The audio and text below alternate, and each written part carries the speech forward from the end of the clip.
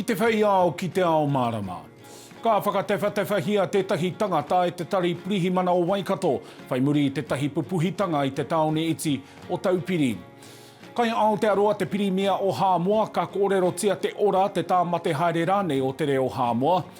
Mai te whārua o Ruātoki ki te whakataetae ao, te whai a tēnei toa whana mekemeke no Tūhoe.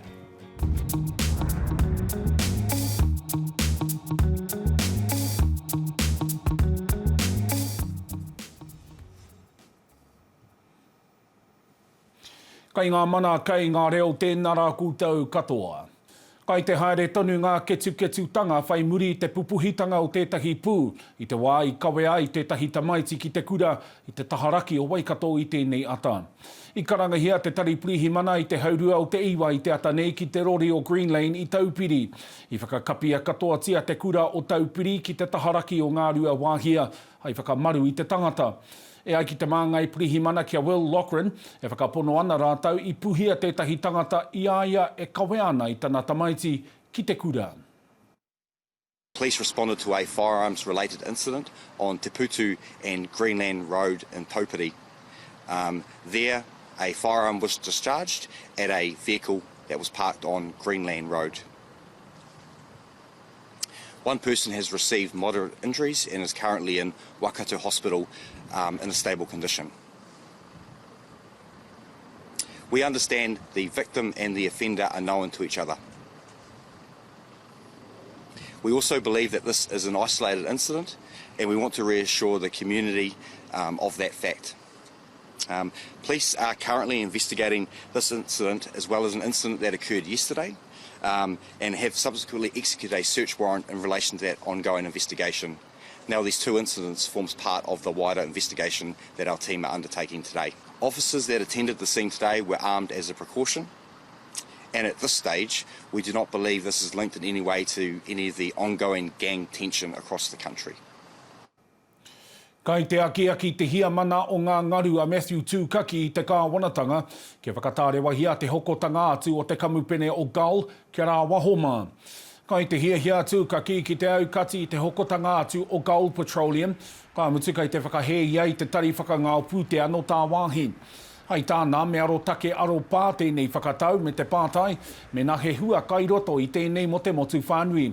Hei tā Tūkaki, he nene kara ngā mahi a te rānei penehini me te aha ka aore i ātaruku i ngā pānga ki ngā iwi whaipānga. I tai atu te Pirimia o Hāmoa a whia me Naomi mata awha ki te whare pāremata. Aha kua ngā take nui o te huringa o te tai ao me te whakahaumaru, kua puta hoki te wero kia nui ake tā te kāwanatanga tauawhi i te reo o Hāmoa ki Aotearoa. Me te pātai kei ngā kaupapa whakarauora reo Māori rānei te whakautu. Anei, whatitiri te wake me tēnei pūrongo. Ko te reo rāhiri o Ngāti Pōneke i tuku atu i te kōpeke o te ata.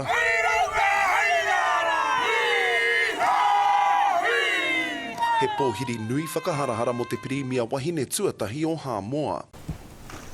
I huitahia ia ki te Pirimia kia Jacinda Ardern i tere ruku atu rāua ki ngā take o te wā. What a wonderful occasion it was to welcome a new Prime Minister. Our two countries have continued to work closely together to address the adverse impacts of climate change, extensive biodiversity loss, and looking for potential windfalls of the pandemic so we can ensure a sustainable and resilient recovery post-pandemic.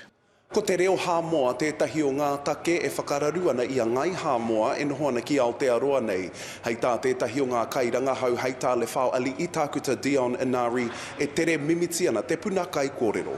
The severity is if Samoan people are not concerted and are not deliberate in their effort to maintain and sustain the Samoan language, it can totally disappear within 3 generations. Ka kite pea I te urupare I ngā rautaki whakarauora I te reo Māori, hei tāna me nui ake tā te kāwanatanga whakarauora I tō rātau reo, I tuatu I te wiki kotahi. Anything's better than nothing, so learning 1 or 2 words is better than learning no words at all, but there can always be more done to further ensure the sustainability and the survival of our languages. E o whaatasi le ang nukmaninga ngana. I te whakamāmātanga o ngā tau ārai ki Hāmoa I pōhiritia ia ngā uri e noho ana ki Aotearoa. Welcome home. We look forward to it. E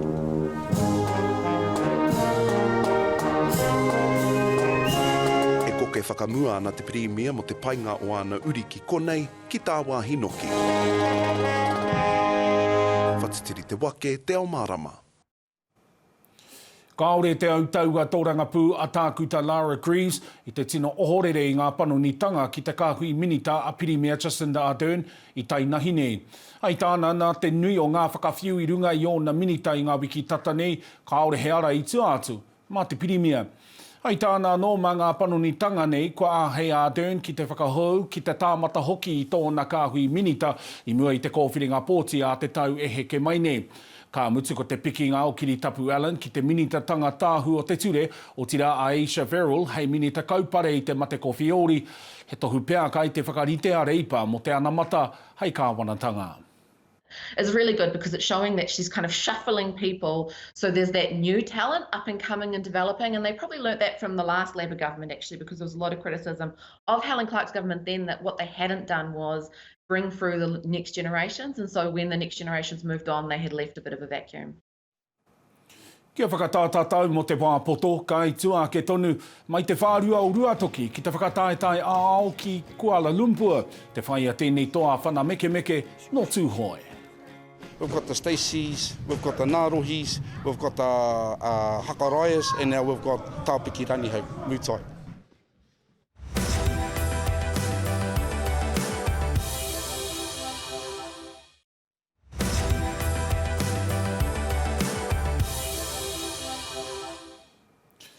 Nau mai, hoki mai. Me nui ake ngā mahi tiaki tamariki, tiaki whānau hoki, e kaupare hia I ngā mahi tamo kura. Koia te kōreroa, te prehitini tuarua, Māori o te wehenga rua, Havens Hapi. Kai tōna whātekau orau ngā tauira he rite tonu te hōnea I te kura, ko te nui ngā no he Māori, he Pasifika, he rawa kore rānei. Kai te whakarite, te kāwanatanga he mahere, e kaupare hia I taua mahi, he oi hei tā hapi, kai te hapori tonu te tikanga, kaua noiho mā te kāwanatanga, mā ngā kura rānei. It's a wraparound solution service, not only just the whānau, not only just the hāpori, but looking at engaging with the providers within the community. Because when we look at that, we need the commitment for the solution, and we need commitment for providing quality resources. Ko whai wāhi atu a tāpiki rangi hau ki te kapa whana meke o Aotearoa ki ngā krapu pango mo te taurua mano rua te kau marua. No te whārua o Ruātoki a rangi hau, te kau mātoru tau tōna pakeke. Hau ngā rātana whai te mētara koura ko tana tino hiahia kia tūrangatira ia mo tōna whārua, mo tōna marae, mo tōna hapu, mo tōna iwi whānau hoki I te whakataetae whana meke rangatahi o te ao ki Kuala Lumpur. No te whārua o Ruātoki, te iho pū manawa, moi tai nei. Hei tā tana kai whakaako, kei teiri te marika ia, mo te whakataetae moi tai o te ao. We've got the Stacey's, we've got the Nārohis, we've got the Hakaraias, and now we've got Taupiri rānei mutai. Vai muri tōna whakaihuaka, I te whakataetae moi tai rangatahi o te motu, ka uru a tāpiki rangi hau ki te tima krapu pango o Aotearoa. A ka haere a rangi hau mā ki te whakataetae moi tai o te ao mō ngā rangatahi. Ko nā mea poa ki a hei, ka tāe koe te haere ki ngā tōpito o te ao, pērā I a Kuala Lumpur. Quite privileged for him to go over. He's excited, I'm excited, the whole whānau excited, and most of all, the hāpori is excited. He tama mau tikana, ka nui ake tana aroha mo tana o Māori, ina ka puta ia ki waho atu I tana whārua, I tana iwi. E ono tau arangi hau I te hākina whana meke, e rua tau noa iho I te moitai ki te krapu o rangataua o Aotearoa ki Ruātoki, te kaumātoru tau, tana pakeke ina e nei. Tamahata kehi, e pai ki aia te katakata me wana hoa. Heoi ka taia ki roto I te rini, a ka puta mai tana. Tana weri tana eki. He is actually the role model at the moment, so ever since he's got in the New Zealand teams, younger generation of his whānau want to follow him. Look at our people that are coming to the trainings. Neke atu I te Te Ao Mārama tau, te karapūranga taua o Aotearoa ki Ruātoki e haere ana. He moi a hoki o pitau, te matua keke o rangi hau mo te karapu. I'd like to have a gym with bags and a ring. That would be the big picture, so we can produce people like Taupiri. Us as Tūhoe, we're sort of a bit of rebellious sort of iwi, you know, we sort of ahua mataku ki te, you know, tono ki a rātou. Some of these guys sort of haven't got any gears, but yeah, we just carry on. Who knows in the future if one of these people will be one of the stars of tomorrow. Kei tarapua pitau rāua ko rangi hau I te rua te kau mano tāra hei utu I tō rāua haere ki Kuala Lumpur hei te marama o ākuhata I roni Waikato Te Ao Mārama. Tēnā utonu mai, taiho ake nei. Ka kōrero tātou ki tētahi tokorua wāhine Kei Ngārangi e noho ana. Ka mutu te mōhio rāua he Māori rāua kia whātekau tau puano tō rāua pakeke. Heo e noi nai nei kua āta whakatō te ahurea Māori ki roto I a rāua.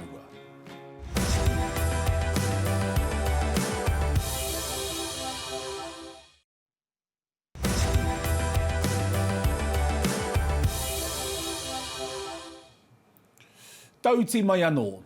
No tō rāua rua ngahurutanga rāno ngā tuāhine waipara ka mōhio he Māori rāua. I whānau mai te tokorua nei I Ngārangi, nā te kite I roto I o rāua rangahau he Māori rāua, ka ruku pū rāua ki roto I tō rāua Māori tanga. I nāi nei kua mokohia te kiri e Derek Lardeli, he huri I te ao whakātu ai, te ahurea Māori, te marea tā rāua mahi. Anei te pūrongoa here wini Waikato no aukaha atu I rānana.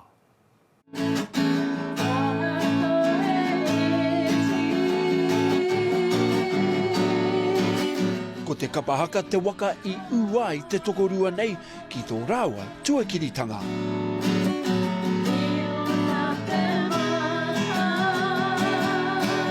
He kura huna I ngaro I a rāua mō ngā tau whātekau neke atu. I was 49 and sister was 44 when we found out we were Māori. I pakeke Pākehā mai te tokorua nei I Ngārangi. He oi anō, haere ngā tau, I mōhio rāua, he ira anō tō rāua māmā. The day she was admitted to the hospital at aged 8 months to when she left when she was 16, with photographs of her on holiday, letters from her father that he had written to her mother on the journey back to New Zealand.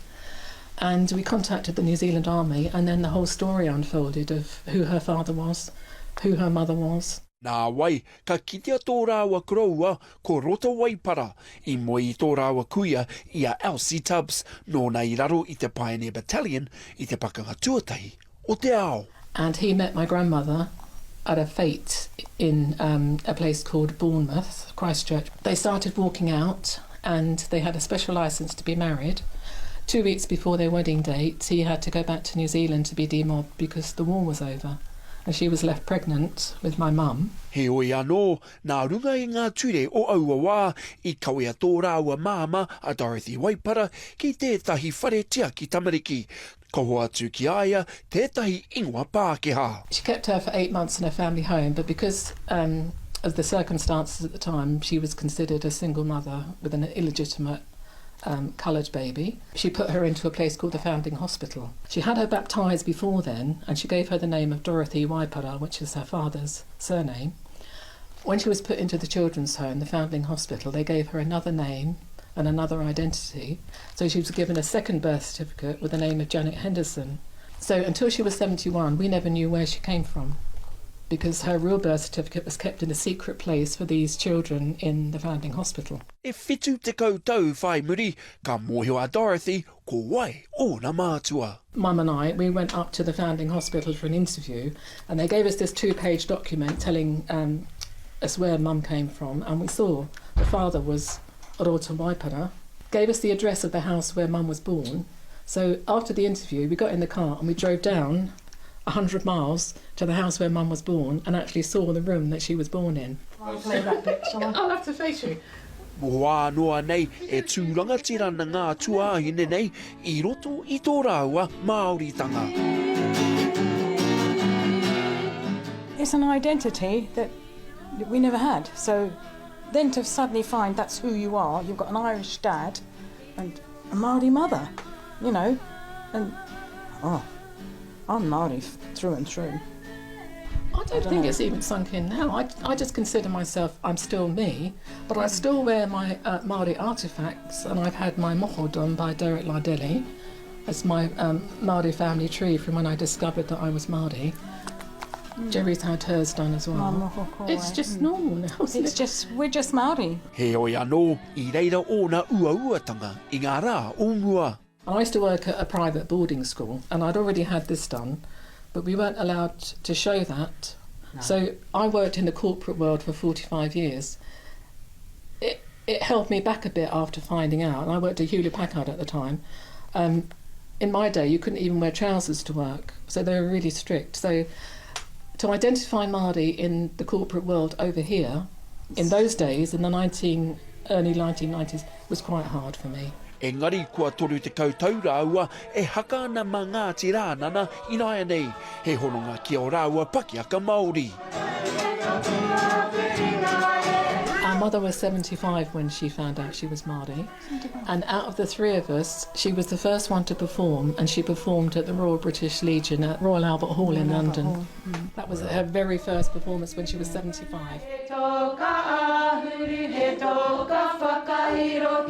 If we didn't have Ngāti Rānana, I wouldn't consider myself Māori. I gave up my job at Hewlett-Packard when I found out that I had Māori blood. You were temping, didn't you? And I started doing contract work until I retired so that I could do all the gigs. It's the taonga that my grandfather gave me. I never met him because he died before we found out who we were. And that's the taonga he gave me. So I'm proud to send that taonga out to anyone and everyone. If I did it non-stop, I could do one in a day. E hara I te mea ko te kapahaka anake, engari ko ngā mahi toi Māori anō hoki. It makes me think of how they did it in the olden days. Like, the stuff I make are contemporary versions, Māori-inspired contemporary versions of the old-style kākahu. That's connection to our grandfather and all the people, his father, and all our tupuna. That's my connection. So when I'm sitting here doing my embroidery, I'm thinking about things like that.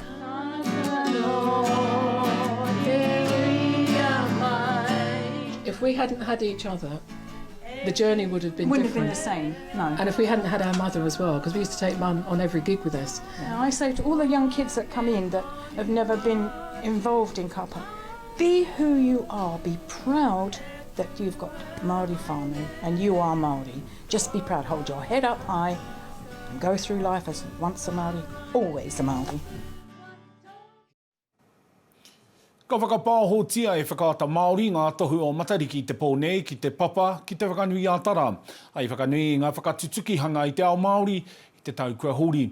Ka timata te pāhotanga te waru karaka I te pōnei ki konei ki whakaata Māori ki te whārangi purangi pukamata hoki.